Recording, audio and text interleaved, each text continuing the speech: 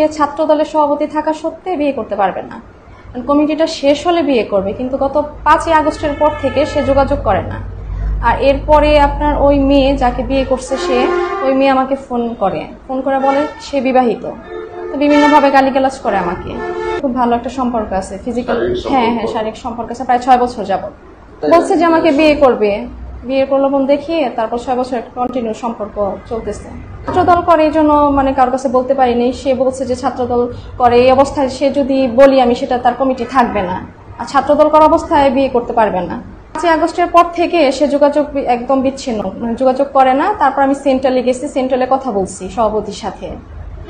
এখন ওইখান থেকেও বলছে যে মীমাংসা করার জন্য এটা, কিন্তু সে আমার সাথে কোনোভাবেই যোগাযোগ করতেছে না, উল্টা আমাকে হুমকি দিতেছে, ফ্রেন্ডরাও দিতেছে, বলতেছে যদি আমার বাড়িঘর ভাঙবে। ওর বাসা আমার বাসা খুব কাছাকাছি। বলতেছে যদি আমি বাড়াবাড়ি করি তাহলে এটা ভালো হবে না। 6 বছরের মধ্যে প্রায় 4 থেকে 5টা বেবি কনসিভ করছি। 2 মাস 3 মাস যাওয়ার পরে সে মেডিসিন নিয়ে আসে। এখন বেবি কনসিভ করার পরে সে বলে যে তার ছাত্র দলের সমস্যা, সে সভাপতি থাকতে পারবে না। তো মিয়া মেডিসিন নিয়ে এসে আমাকে মেডিসিন দেয়, বিভিন্ন জায়গায় আমার কক্সবাজারে নিয়ে যায়, ওইখানেও মেডিসিন খাওয়াইছি নিয়ে। ইন্ডিয়াও গেছে আমার সাথে, প্রায় 15 দিন ছিল। ইন্ডিয়া গেছি 9 দিন ছিলাম, আর কক্সবাজার কিছুদিন পরই কক্সবাজার যাওয়া হয়। সম্পর্ক যে পাশাপাশি আমি ওইখানে পড়াশোনা করছি কাপাসিয়া ডিগ্রি কলেজে, ওইখান থেকেই পরিচয়। না, পড়াশোনা করে, সে রাজনীতি করে, সে আসা যাওয়া করতো। সে তো কাপাসিয়া আহ্বায়ক ছিল ছাত্রদলের, আসা যাওয়া করতো কলেজেও। আর থানায় করলে সে তাদের সাথে তার খুব ভালো সম্পর্ক। সে যদি আবার এখানে টাকা দেয়, টাকা মীমাংসা করে ফেলে, তখন তো আমি তো আর সমাধান পাবো না। এখন চাওয়া তো আমি তাকে চাই, কিন্তু সে আমার সাথে কোনোভাবেই যোগাযোগ করে না। আচ্ছা, গত 5ই আগস্টের পরে সে আমার সাথে যোগাযোগ করে না, প্রায় 1-1.5 মাস, 3 মাস হবে না, 1-1.5 মাস হবে মনে হয়, একদম টোটালি যোগাযোগ করে না। আমি অনেকবার চেষ্টা করছি করার জন্য।